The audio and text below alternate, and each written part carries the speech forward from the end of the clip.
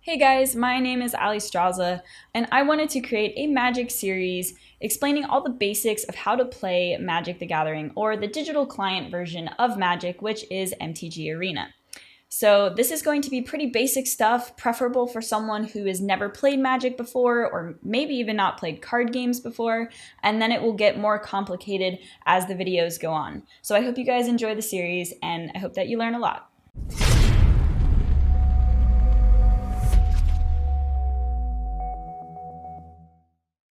I'm going to start off with arguably the most important thing you need to know in order to get started: how to play and cast your cards. So let's start off really simple and get more complicated as we go.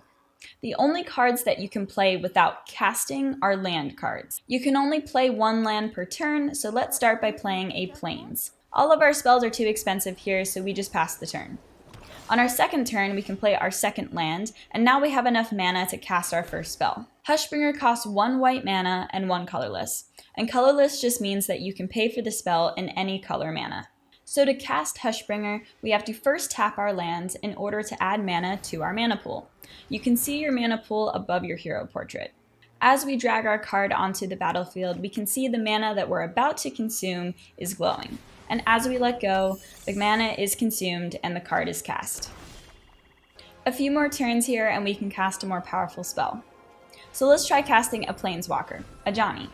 Ajani costs 2 colorless and 2 white, for a grand total of 4 mana. So let's add that mana to our mana pool and cast Ajani in the same way that we cast Hushbringer.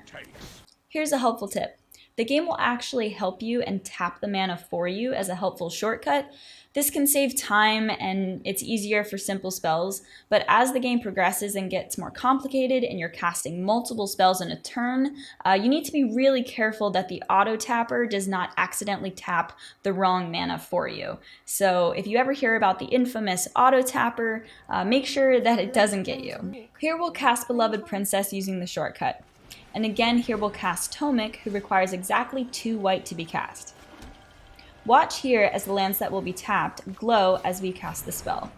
Besides just being able to cast the spell, some cards care about what mana was actually used for a different reason. Take Clockwork Servant. We could cast him with 3 mana of any color, but here we will cast him with 3 white mana.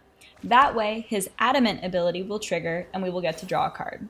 Just a note, guys, if you ever see a keyword that you don't understand, like Adamant, keep in mind that there are always tooltips in the client to explain every ability that there is.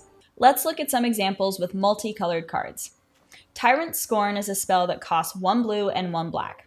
Here we can use our island and our swamp to cast this spell. Similarly, Nightveil Predator is a creature card that costs 2 blue and 2 black. Luckily, we have 2 swamps and 2 islands in order to be able to cast it. Before we move on, I want to show you a card that looks a little different than the ones that we've looked at thus far. Discovery Dispersal is 2 cards in 1, so you can choose to cast either side of the card, provided that you have enough mana to cast the side that you choose. The Discovery side also has a hybrid mana symbol, meaning that you can use either black or blue to cast it. So that makes it a little bit easier to cast the card than if it required one of the 2 colors. Sometimes you'll have enough total mana to cast an expensive card, but not the right colors.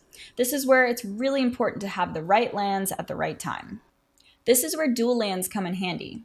Dual lands are lands that can add more than one type of mana to your mana pool, but they often come with drawbacks in exchange for their flexibility. Take Watery Grave for example. Its drawback is that it comes into play tapped unless you take 2 life. Here we can avoid taking damage by playing it tapped and using it for black mana on the following turn to cast Thought Erasure. Keep in mind that if land comes into the battlefield tapped, you cannot use the land that turn to cast a spell until it untaps on the following turn. In addition to dual lands, there are lands that only produce colorless mana but do other things, like Mobilized District for example, which actually turns into a creature. There are a lot of different kinds of lands in Magic, and they probably deserve their own video, so we'll stop there. So at this point, you know how to cast most spells in the game, but there's one more mana symbol that I need to cover. So some spells will have an X instead of a number in their cost. For these cards, you actually get to choose how much mana you want to spend when you cast them, and you can choose to spend any amount of mana that you have access to.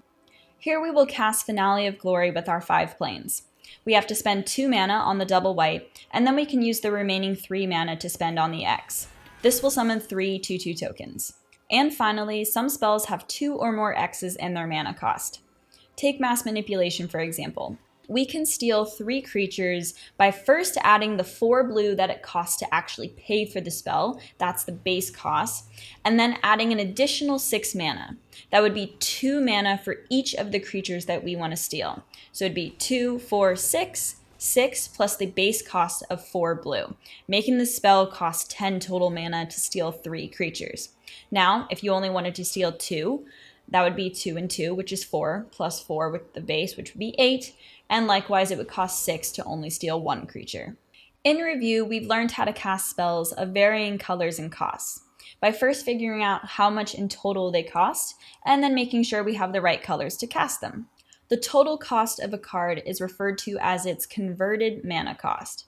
So in the case of Hushbringer, it costs 1 colorless and 1 white, so that would give it a converted mana cost of 2, while Sephira's Skyblade has a converted mana cost of 7. This is important because some cards, like Tyrant Scorn, which we cast earlier, will only destroy creatures with a converted mana cost of 3 or less. With cards that have X in their cost, converted mana cost gets a little trickier. The converted mana cost of the spell is whatever you paid when trying to cast the spell, but as soon as it hits the battlefield, the converted mana cost is actually what the spell would cost if X were equal to 0. So let's pretend you're casting a Hydroid Krasis for 10. As you're casting it, the converted mana cost is 10. But as soon as it hits the board, the converted mana cost of the Krasis is actually 2. So that means that spells that can kill a creature that has a converted mana cost of 2 or less will actually kill a giant Krasis. Alright guys, that's it for my video about mana cost. If you liked this video, please be on the lookout for more videos in this series. I plan to cover a lot of different topics, but if there is something that you specifically want me to cover, please leave a comment below and let me know what that is. Thank you guys again so much for watching this video, and I hope that you learned a lot.